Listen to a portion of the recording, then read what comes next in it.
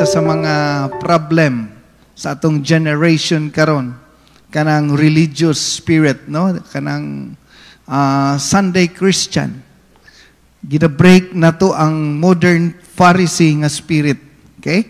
So, atong gina-discover diri nga ang ato ang purpose is not just going to church.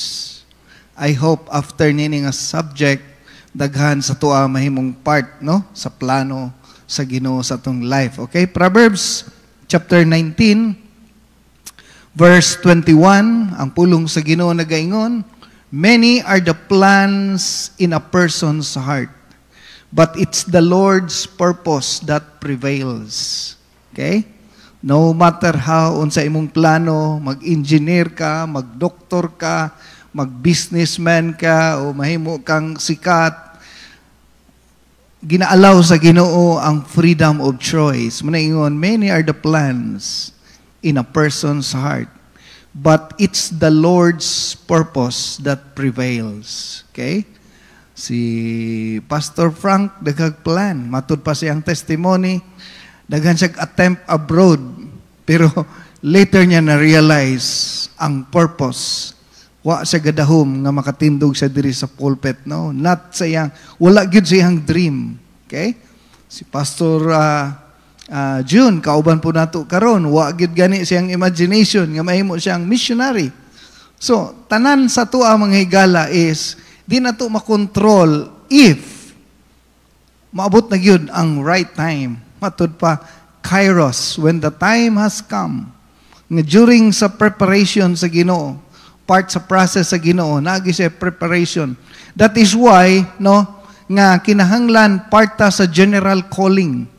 Ako 8 years ko nga na-involved sa general calling.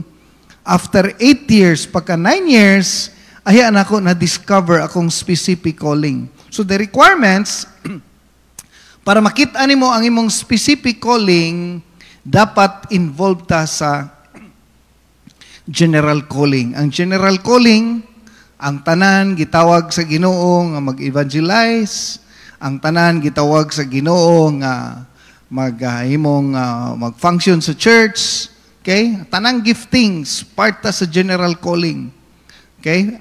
And along the way, sa sige natong faithful prayer, going to church, involvement, diyan mo ma-discover ang imong purpose. Okay? So, na warning, okay? 1 Corinthians chapter 10, verse 1 to verse 5.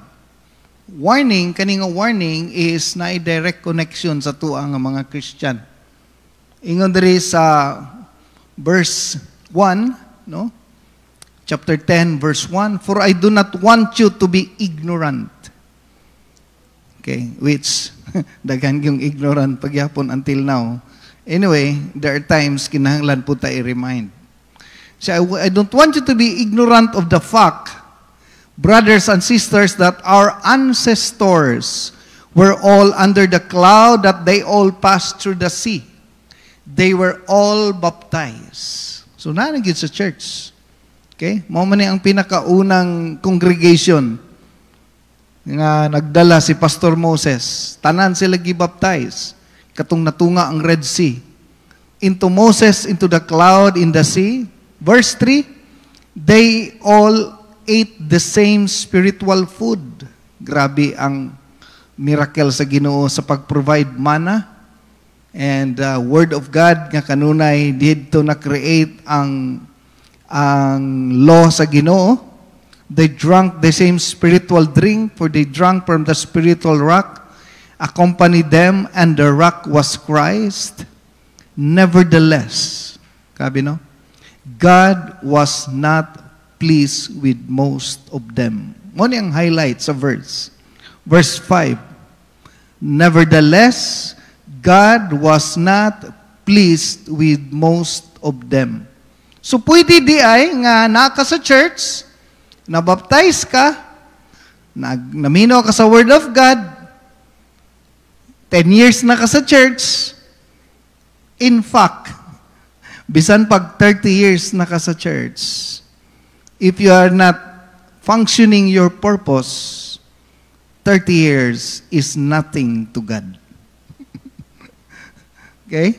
Bisan pag unsa ka kadugay, unya, mu-withdraw ka, mag-lukewarm ka, 20 years is nothing to God. Muna ingon ang Ginoo, God was not pleased with most of them. Kana biya dihang with most of them? Kana biyang calculated lang ni sa mga Bible scholar, niabot sila million. Tanan biya nga gikan sa kamot ni Parao, nga giset free, ang nakatamak biya sa promised land, gikan sa million, duhar biya ka tao. Si Joshua rabaya gyud si Caleb. Di ba daghan man nakatunog sa promised land, daghan man to sila. Yes, pero dili na to sila ang original. Kay pag-abot dito sa wilderness, ingon ang Ginoo, 20 years old above. Imagino ni mo na. No? Katong 20 years old below, mga anak, meaning mga anak, katulang ang nakasulod sa promised land. Pero katong mga original gyud, gikan gyud dito sa kay Parao, duhara, si Joshua lang si Caleb. Dayon ang mga anak nga nag-edad 20 years old below. Katong new set of group, katong second generation, 20 years old below, plus Joshua and Caleb, maora to'y nakatamak sa promised land. The rest, ingon dito, verse 5, their bodies were scattered in the wilderness. Sabi, no? Muna wa na ito napansin ba? Muna gitawag warning from Israel's history. Mo po na kita. Abi na to na nata diri sa church, karaan nata diri sa church, dugay nata diri sa church. Ang pulong sa Ginoo nagaingon, except Joshua and Caleb. Basin ra ang atong mga anak may makatamak sa promised land, kita may bilin. So, unsa may nahitabo, okay? Ingon diri sa next verse, okay? Ingon dito, now these things occurred as examples to keep us. So gigamit to siya nga reference pod sa atua karon. Ingon dito sa verse 11, these things happened. Grabe no, gi-back up pa na sa verse 6 of verse 11. To them as example and were written down as warning to us. So unsa man tay nahitabo dito? Ingon dito sa verse 6, from setting our hearts on evil things as they did. Pwede nga naata diri, nagbitbitag Bible sa atong kamot, nag-worship ta sa Ginoo with matching hilak, pero ingon ang Ginoo, there are 6 things that God hates in this scenario. Ingon sa, I don't want you to be idolaters. Ingon pa dito, no? Sexual immorality.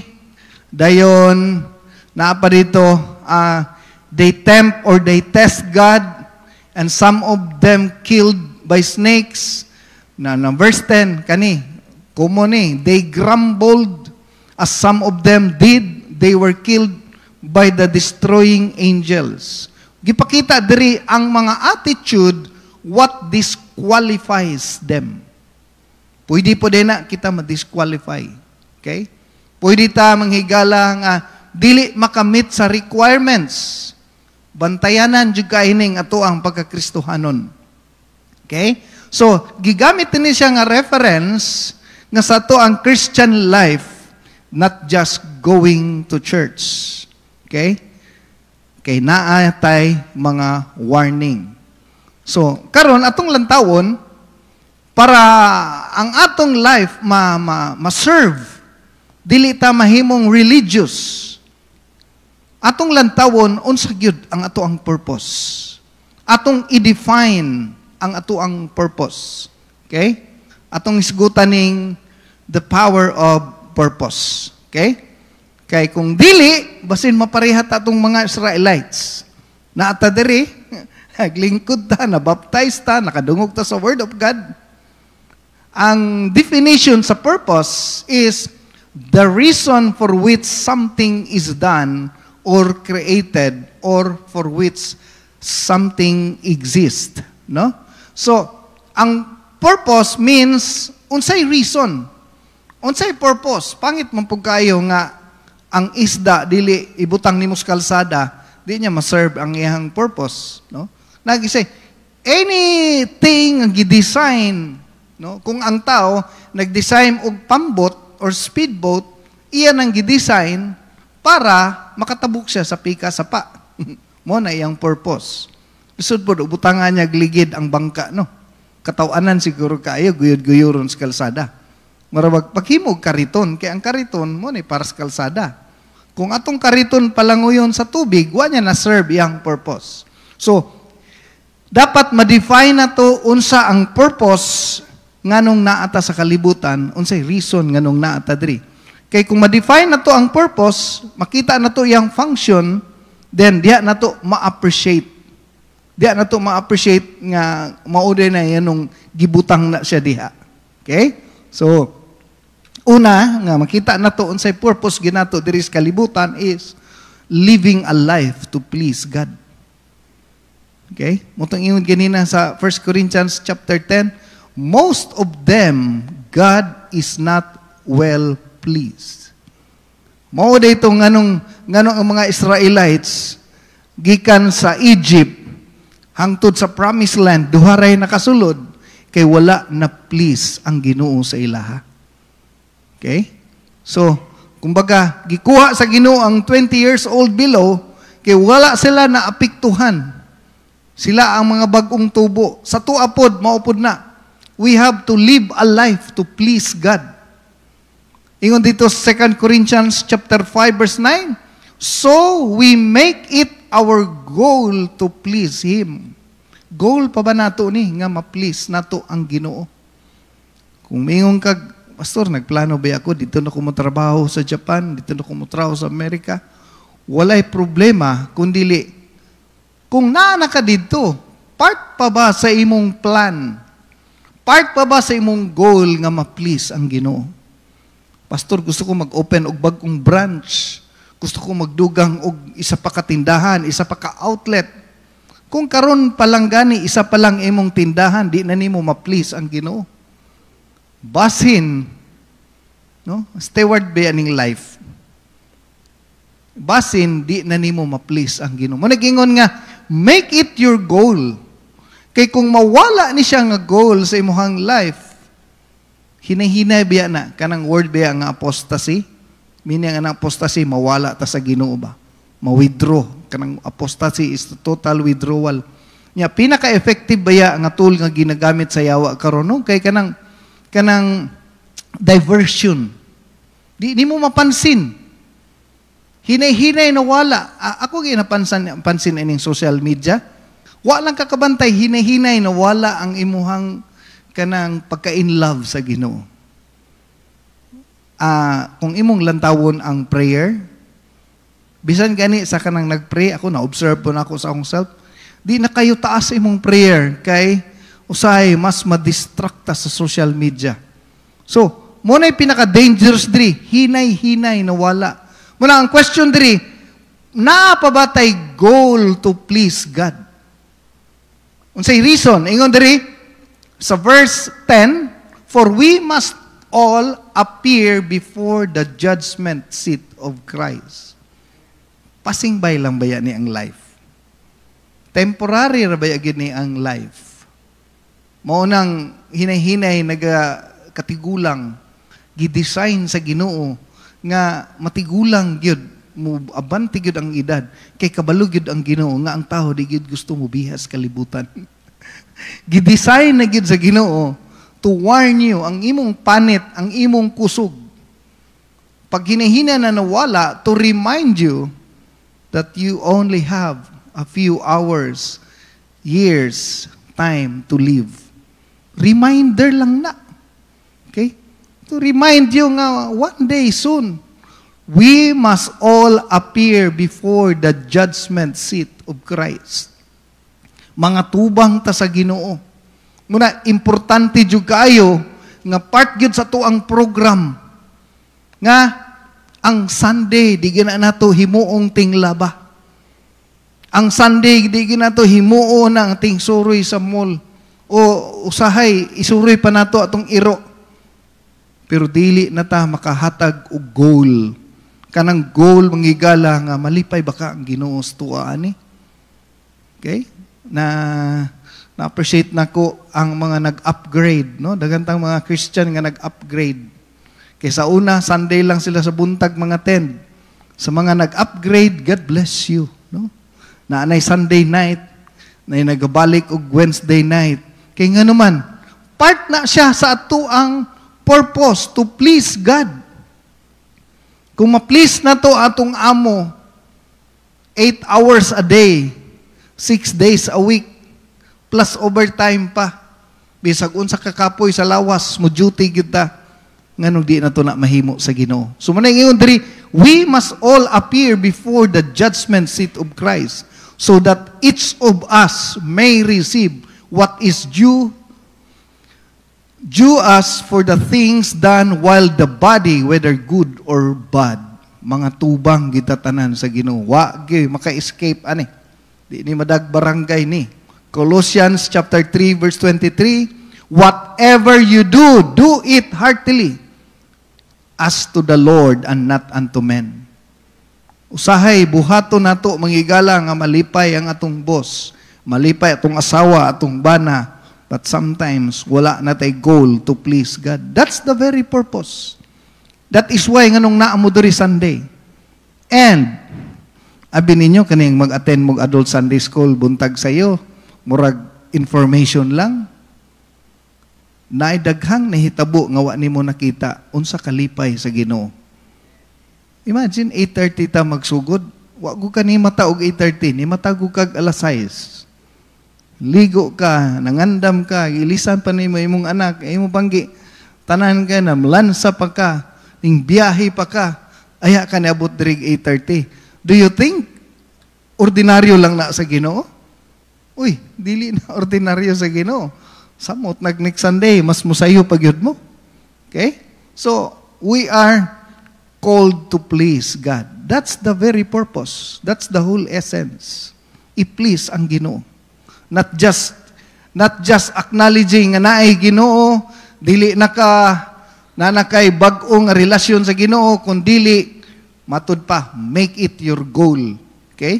Kinahanglan, part siya sa imuhang goal to please God. Matud pa ni Paul, one way of pleasing God is to present your bodies as a living sacrifice. Kaya ang Old Testament time, ingon sa Hebrews chapter 10, ang practice sa Old Testament time, kinahanglan, nag-secure ka o mananap nga precious, walay sakit, imong gi-preserve, imo siyang i-offer as sacrifice.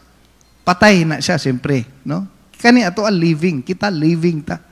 Living sacrifice ta. Mutaingon siya, therefore I urge you, challenge ni Paul, brothers and sisters, in view of God's mercy, to offer your bodies as a living sacrifice, holy and pleasing to God. Maunay challenge sa Word of God sa tuang life.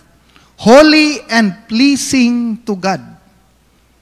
So dili day ni nga ang Christianity is na kay new church, na kay Bible, kundili mangigala part na siya sa imuhang ambition. Part na siya sa imuhang mga plan sa life. Nga kung ang imong anak gusto nimo one day imong anak mo sikat, mo dato, mo asenso, kinahanglan karon pa lang gamay daan, no? Proverbs 22:6. I-train na nimo siya para one day pagbiya nimo naa kay gibilin sa ilaha nga mag-learn sila nga mag-sacrifice sa Ginoo. Train up a child in the way he should go. Imo na siyang i-train para pag-abot sa right age dito, kani ang dalan, dili diri. Dito gyud. Train up a child in the way he should go. Asa man to? To please, to create sacrifice, to worship God, to serve and to love Him. That is your purpose. I-train ka daan diri. So, ako, product ko sa sacrifice, ako ang parents. Product ko. Though, ning sukwahi ko, nagbisyo ko, nagbarkada ko, nawala ko sa church, pero tanang gidak-an ako nga na-input sa kuang mind. Sa diyang na nag-Bible study sa mo ang school nga Tagalaing Fellowship, nag-remind ko kanunay, mao man ning gitudlo sa akong mama, mao man ning ginasulti sa akong mama, no? So, and the good thing is nabalik gyud ko sa dalan kung asa gusto sa kuang ginikanan. So kita pod, no? I-offer na to ang atong self. Kay kaninyong gihimo karon living sacrifice ni. Limang kag mupliti ka. Ang uban gani mutaksi pa. No? Magtaksi halos ang kabalo ko daghan uban sa nakoy na storya diri. Every time magsimba sila, budget na gyud nila 500 kay magtaksi sila. Lugi man magsakay-sakay sila kay double ride. Nya, mo pliti na, magtaksi pa, muhatag pag yun. Pagkahuman, maniud to pag yun as kilid. No? Nya, pagkahuman, mga tulog diri kay maapil pag yung kuhair. Pagkahuman, lampas naman mo sa langit na inyong gihimo. Oh, pero that's the way it is. Ingon diri, that is your true, ingon dito sa verse 1, that is your true and proper worship. True and proper worship. Okay? Muna giingon sa NIV version. Pleasing to God, this is your true and proper worship. Sa King James, gigamit dito, reasonable service. Mauna siya ang right way of doing it.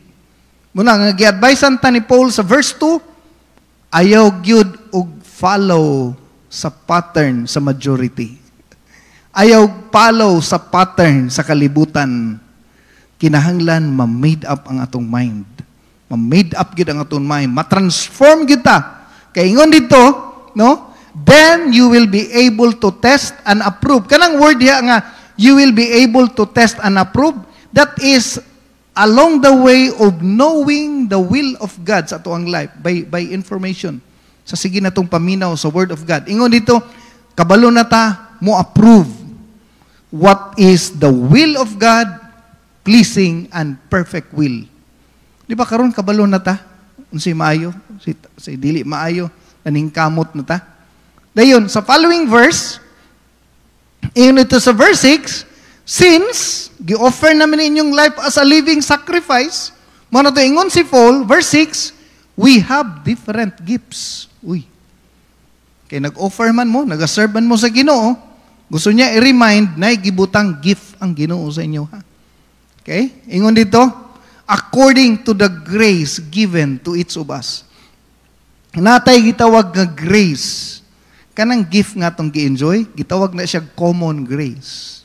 Na specific grace, na po'y common grace. Ang common grace, no?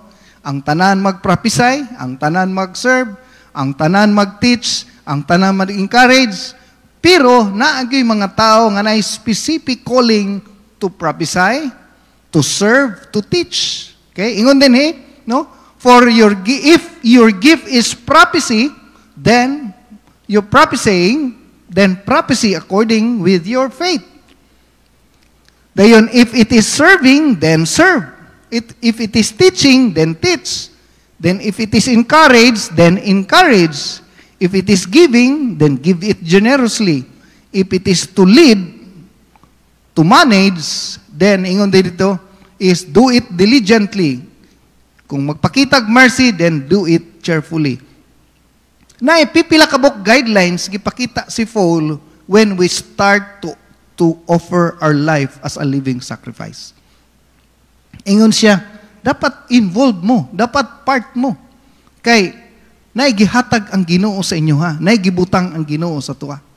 Okay? Kanang word sa verse 7, no? If it is serving, kanang word baya nga serving, strength baya na. Di, kana ang pinaka-common, kanang verse 7, Romans 12:7. Gabi, nag-crusade mi sa park. Okay? Nag-concert mi dito sa gym, siguro dili tanan nakauban. Naay mga nangadto dito, dili mo sikiro, pero tabang laghakot. Mo ni serving. Okay, di mapil dito, di man mi batanon. Uy, pasaan di kag soundbox, that is serving. Okay? Mo na siya serving. So, dapat, part ta sa body ni Christ. Kay body man ta. Amen?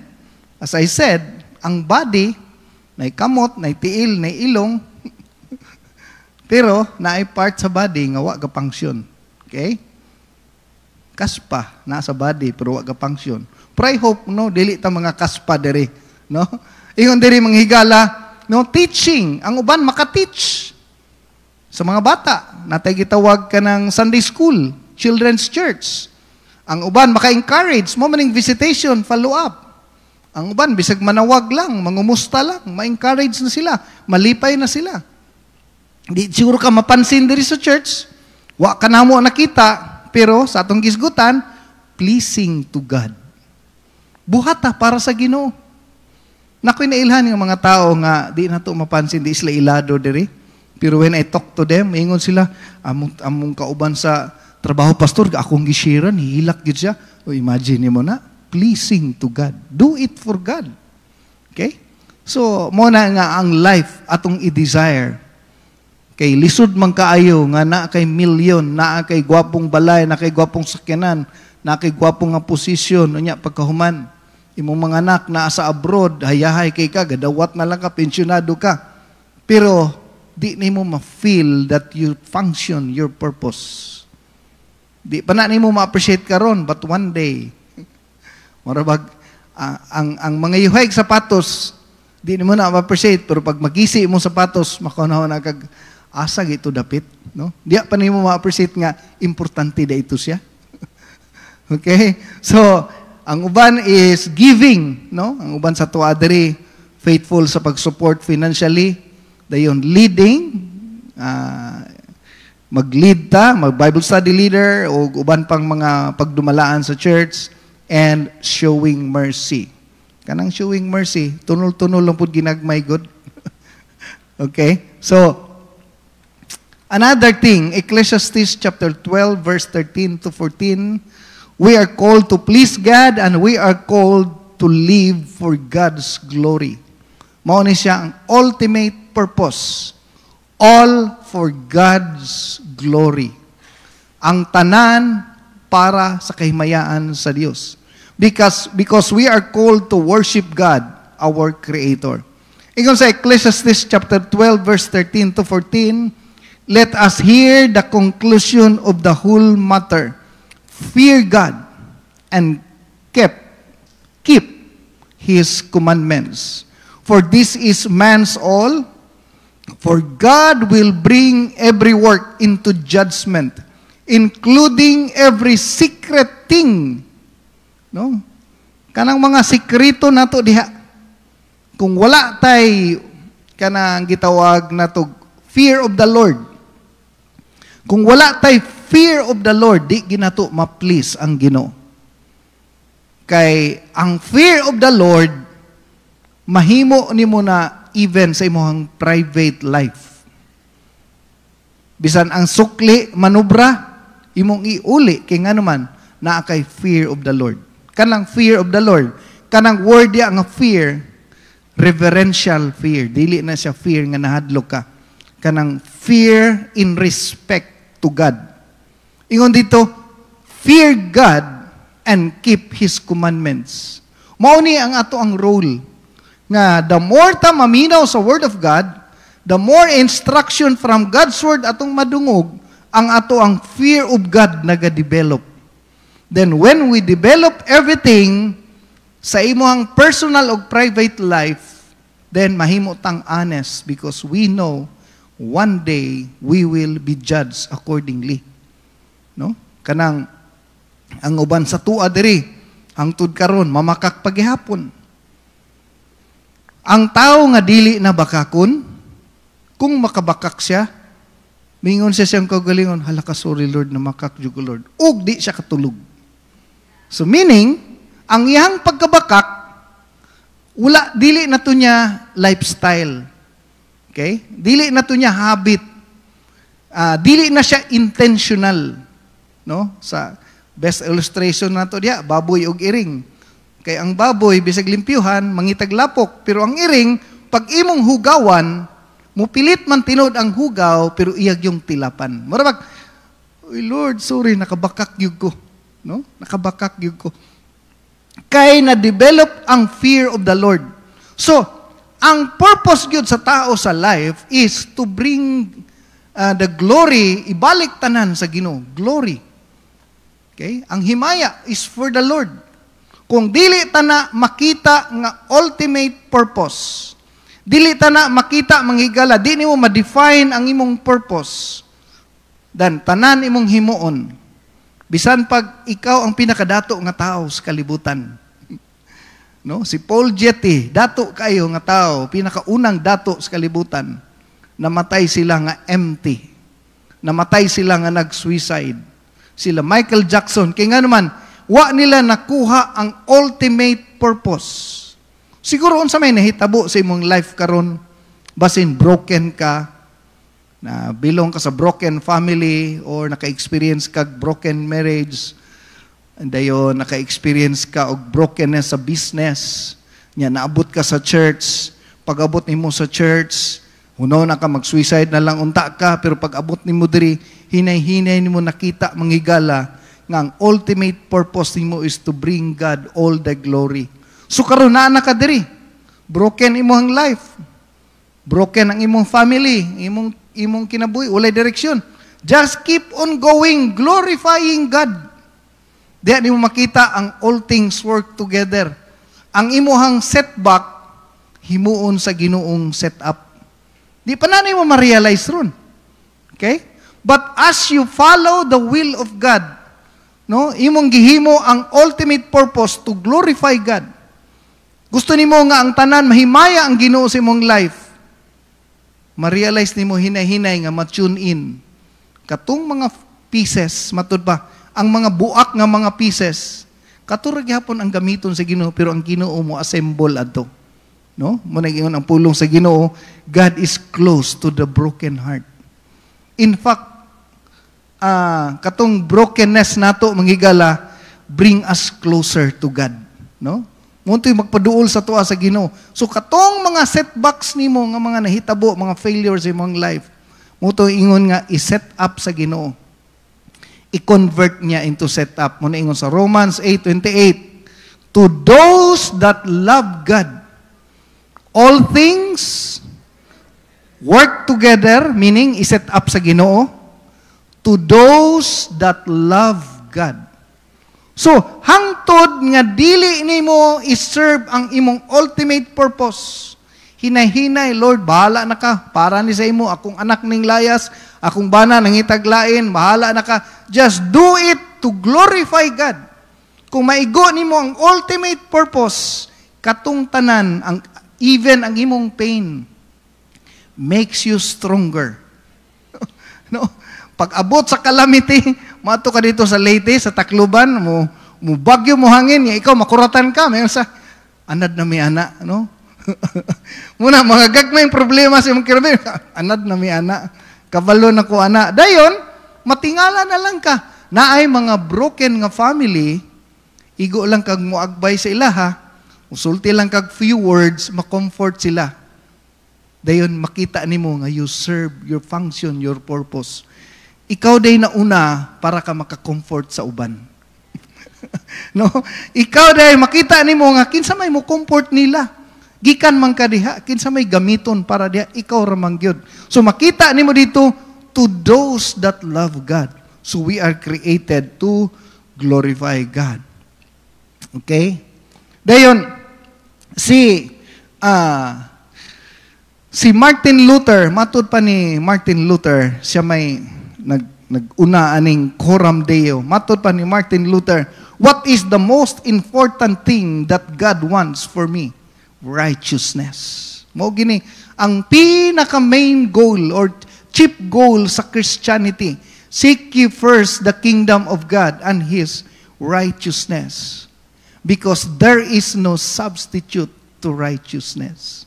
So ang goal nato manghigala is mulive ta, mo nagitawag og sa Latin phrase Coram Deo, living in the presence of God, under the authority of God, and to the glory of God.